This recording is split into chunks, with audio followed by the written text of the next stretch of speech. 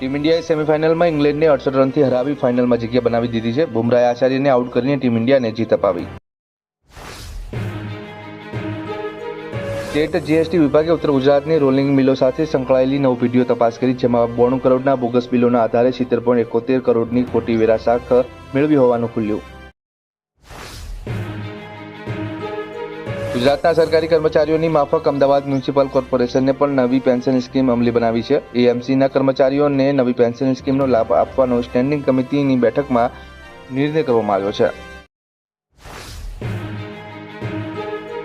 રાજ્યમાં ધોરણ 9 થી 12ના વિદ્યાર્થીઓ માટે સરકારે તાજેતરમાં જ નવો લક્ષ્મી યોજના બહાર પાડી છે, જેનો લાભ લેવા માટે આવકના દાખલાની જરૂર પડે છે, જેથી સરકારી કચેરીઓમાં આવકનો દાખલો કઢાવવા માટે ભારે ભીડ જોવા મળી હતી. ગાંધીનગરમાં મુખ્યમંત્રી નિવાસ પ્રાંગણમાં મુખ્યમંત્રી ભૂપેન્દ્ર પટેલે પરિવાર સાથે વૃક્ષારોપણ દ્વારા પર્યાવરણ જાળવણી અને સસ્ટેઇનેબલ ડેવલપમેન્ટના વડાપ્રધાન વિચારને વધુ વેગવંતો બનાવ્યો. રાજ્યમાં હજુ પણ 4 દિવસ ભારે વરસાદ થવાની હવામાન વિભાગની આગાહી છે. આજે ભરૂચ, સુરત, જામનગર, રાજકોટ, પોરબંદર, જૂનાગઢ, અમરેલી, મોરબી અને દ્વારકામાં ભારે વરસાદની આગાહી સાથે ઓરેન્જ એલર્ટ જાહેર કરવામાં આવ્યું. ભાજપ નેતાએ 13 વર્ષની કિશોરી પર ગેંગરેપ કર્યો, મર્ડર કરીને લાશ રોડ પર ફેંકી દીધી હતી. જોકે ઉત્તરાખંડ ભાજપના નેતા આદિત્ય રાજ સૈની પર 13 વર્ષની કિશોરીના ગેંગરેપ અને મર્ડરનો આરોપ લાગ્યો છે.